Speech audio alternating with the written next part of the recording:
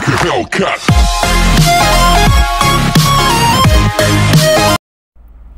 Assalamualaikum warahmatullahi wabarakatuh. Berjumpa lagi dengan saya, Inung Amal. Saya termasuk orang yang percaya bahwa setiap manusia mempunyai kelebihan atau talenta yang diberikan oleh Allah Subhanahu wa taala. Tapi juga di balik itu ada kekurangan-kekurangan yang kita miliki masing-masing. Hanya saja ada beberapa orang yang cepat menemukan talentanya, cepat mengembangkan kelebihan-kelebihannya. Nah, salah satu yang saya ingin wawancara dengan obrolan santai ini adalah wanita atau pria ya. Nah, jangan lupa view sampai tuntas, komen yang positif, dan subscribe yang belum. Nah, sekarang saya nyetir dulu. Jangan lupa pakai masker.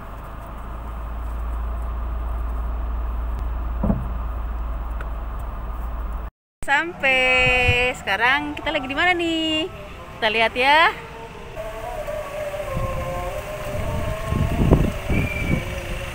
Halo.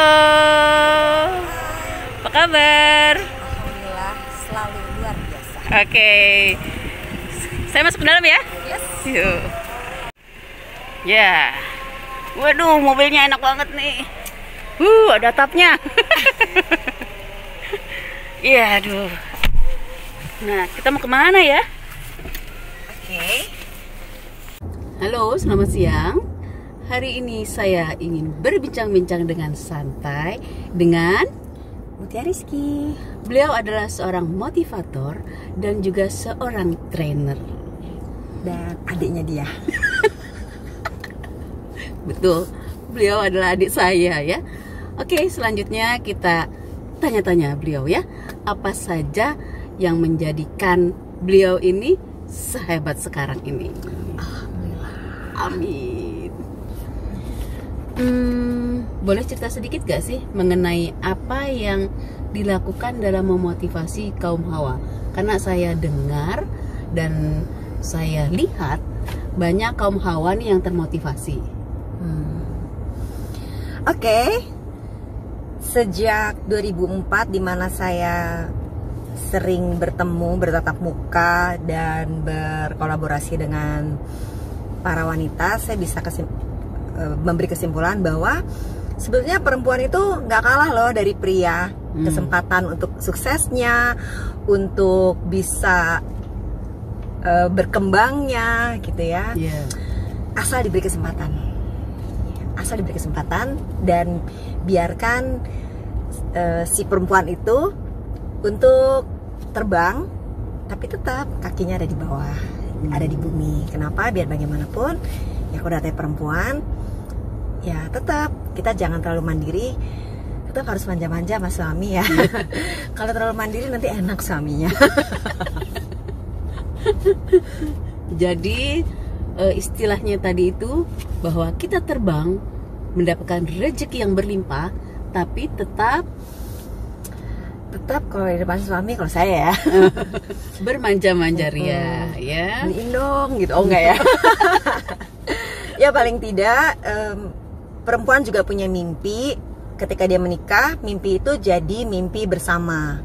Mimpi buat keluarga. Toh suaminya juga kan ikut senang ya kan, anak-anak juga. Ya saya bisa ngomong gini karena udah ngalamin.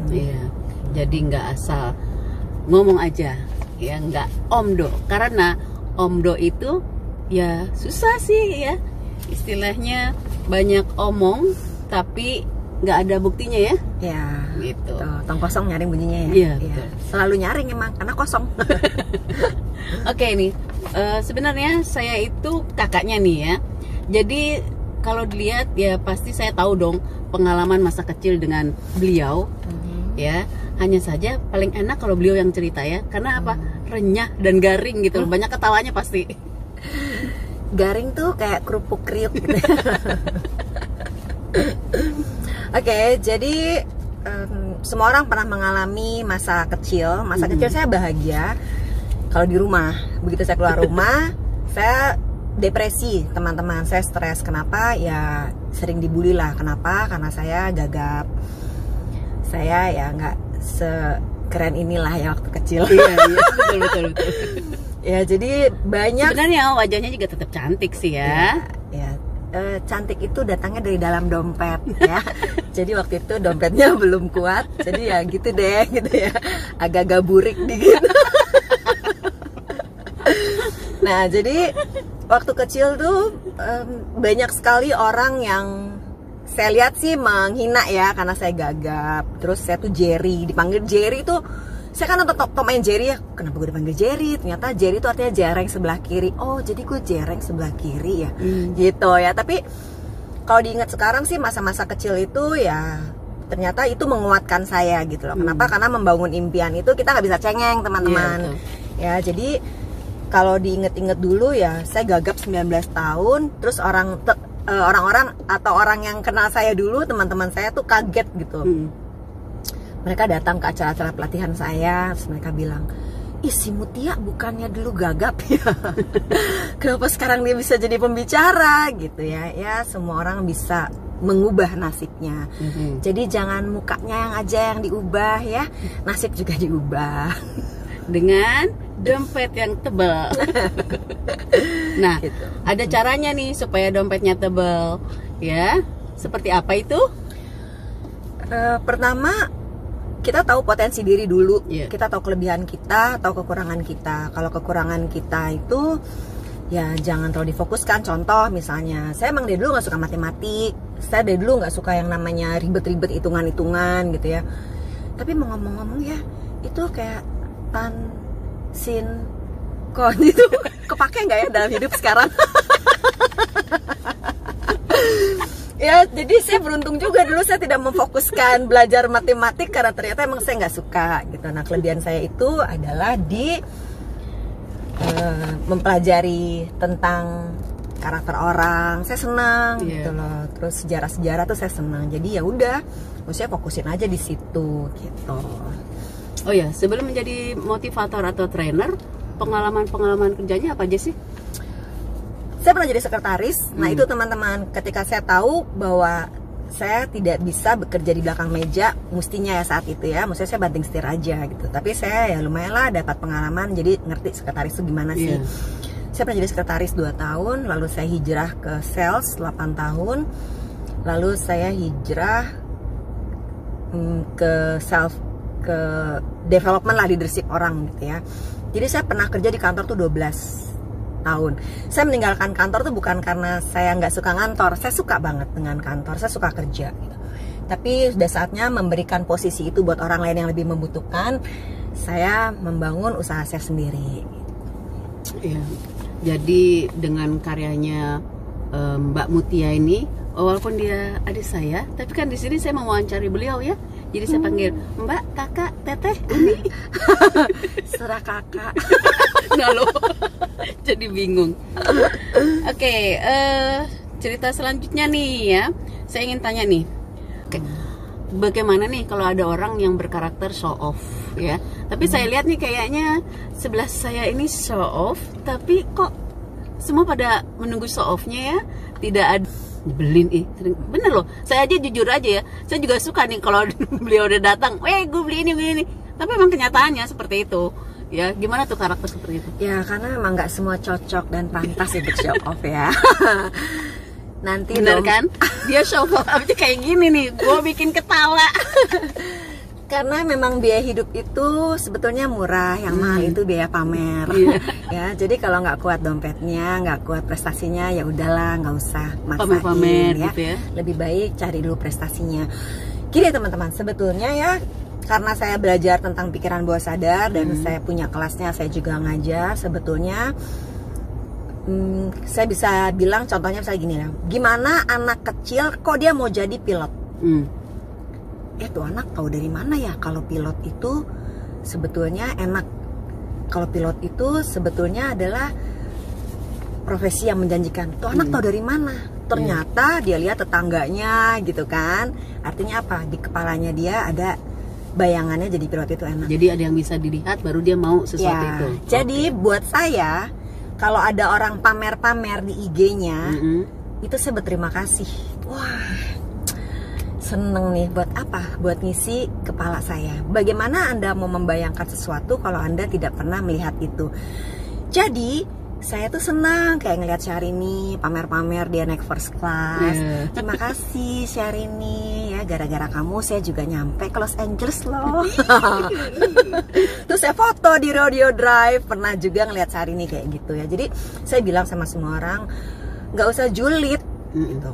Kenapa sih orang julid? Misalnya nih, kamu punya Mercedes Benz, terus kamu lihat kayak mobil ini. Terus suatu hari kamu lihat Paula, istrinya Mbak Imong, dia dikasih Mercedes-Benz sama Mbak Imong. Karena kamu punya Mercedes-Benz, kamu gak akan julid.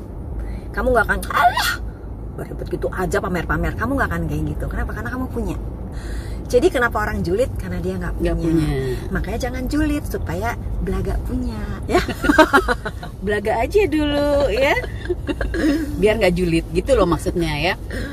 Nah, apalagi ya yang kita ingin bincangkan? Oh ya, kan ada karya-karya bukunya nih ya.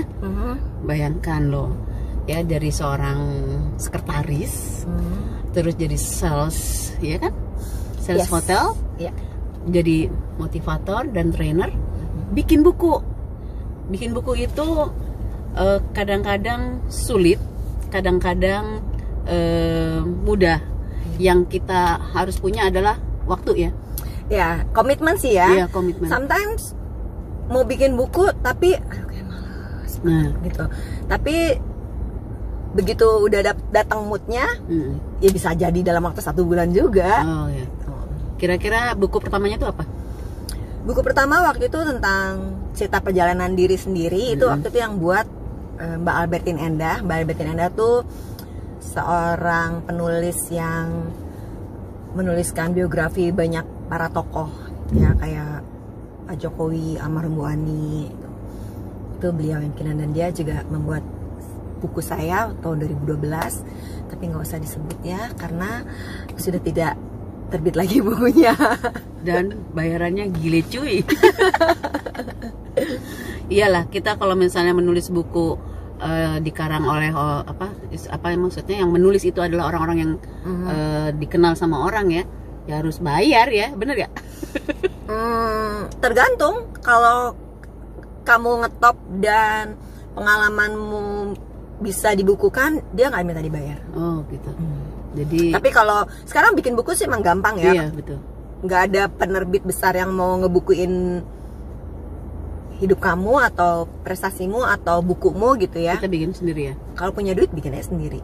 Nah masalahnya ada duitnya. Satu ada duitnya nggak, dua ada nggak pembelinya gitu. Kenapa? Berarti harus ada orang yang di belakang kita dulu nih ya, sehingga kita bisa membeli buku itu, ya nggak? Buku tersebut. Sebenarnya gini, kalau buat saya tuh networking penting ya. Anda jago bikin roti, tapi nggak ada yang beli, sedih juga, betul. Ya kan? Anda punya keahlian, tapi nggak ada yang beli, ya sedih juga. Terus bikin buku buat apa kalau nggak ada yang baca? Buat masa berdiri sendiri? Buat baca diri sendiri atau buat anak cucu. Ya kalau saya sih enggak ya. Saya pengennya bikin buku tuh menebar kebaikan ke orang-orang yang bisa dibaca gitu loh. Biar dibaca sama orang juga gitu ya. Itu kalau saya, nggak tahu ya kalau ada orang yang beda pendapat. Silahkan aja. Setelah itu oh ya, saya mau tanya nih, kan menjadi seorang trainer itu tidak tidaklah mudah ya. Bukan hanya pengalaman saja, tapi dia harus punya ilmu. Nah, saya mau tahu nih, ilmu-ilmunya didapatin dari mana, kapan saja yang diambil, dan kenapa memfokuskan saya mau ini, saya mau itu. Oke, jadi kenapa bisa jadi trainer? Itu dulu saya adalah internal trainer dari sebuah perusahaan Swedia, perusahaan besar ya. Terus saya mengundurkan diri. Saya membuat sebuah klub di mana di sana saya mengkader banyak perempuan-perempuan untuk sukses dalam bisnisnya. Disitulah saya perlu ilmu gitu. Nah, karena saya perlu ilmu, saya mulai cari guru-guru atau trainer-trainer supaya saya bisa mentransfer ilmu juga. Gitu. Dan setelah buku saya keluar 2012, itu banyak perusahaan yang manggil saya untuk sharing cerita.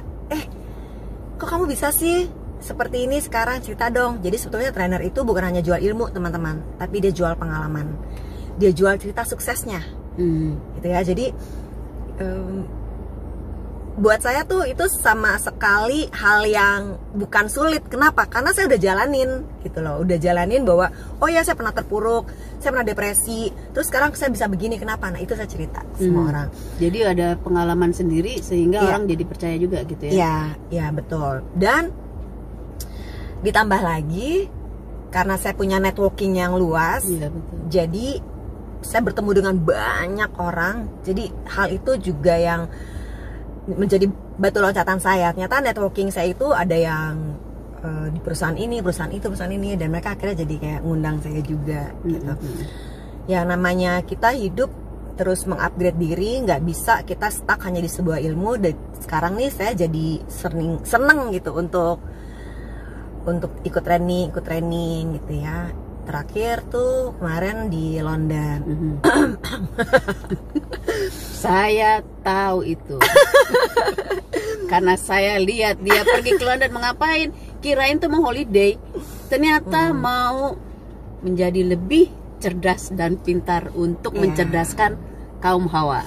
Iya, itu niat banget gitu ya. Sering pergi ke luar negeri, nyesel juga sih cuma liburan gitu. Tapi saya lihat bahwa ya namanya ilmu nggak hanya belajar di sini aja gitu. Kalau punya kesempatannya, punya duitnya, why not gitu. Nah udah saya pergi ke sana gitu. Berarti liburan juga ya di sana ya? Ya liburan juga. Jadi ya sebagai seorang trainer saya juga perlu belajar. Kalau trainer di luar negeri gimana sih cara ngasih trainingnya gitu. Ya itu dapat banyak pembelajaran. Gitu. Jadi wawasannya semakin luas ya. Nah jadi kita juga kalau mau menjadi seorang yang hebat, jangan juga lupa mengeluarkan uang untuk mencapai hal yang hebat itu ya. Betul. Kenapa banyak orang semakin maju? Karena dia menginvestasikan uangnya itu buat otaknya dia juga gitu. Jadi bukan hanya jadi spender yang beli baju lah, inilah enggak. Dia beli buku buat bacaannya, dia bayar orang untuk transfer ilmu, dia ikut training. Itu buat saya tuh penting.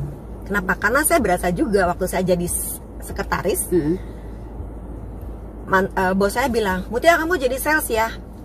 Sekarang kamu belajar dulu belajar gimana sih sales. Jadi sebelum saya turun ke lapangan saya diminta belajar dulu. Akhirnya upgrade ilmu kan. Dari upgrade ilmu itu saya jadi tahu, oh saya mesti begini. Jadi kalau ada orang yang mau mengubah kehidupannya tapi dia nggak punya ilmunya, sebenarnya sayang. Iya betul, betul banget. Jadi nggak jadi fokus apa yang dia mau targetkan ya. Yes. Betul. Apalagi kita nih yang mau dibicarakan? Ada yang mau bertanya? Gratis. Karena kalau nanya di kelas kan nanti bayar. Bayar, ya. Kalau kan ini mau saya masukin ke YouTube nih. Nah, komen ya. Nah, di komen itu nanti saya sampaikan ke beliau ya tentang apa aja deh yang kita mau upgrade diri gitu ya. Silakan, bisa. Oke. Sampai di sini dulu bincang-bincang santainya. Kemungkinan besar ada lagi nih di bagian part 2-nya. Tentang apa? Kita lihat selanjutnya. See you. Thank you ya. Sama-sama.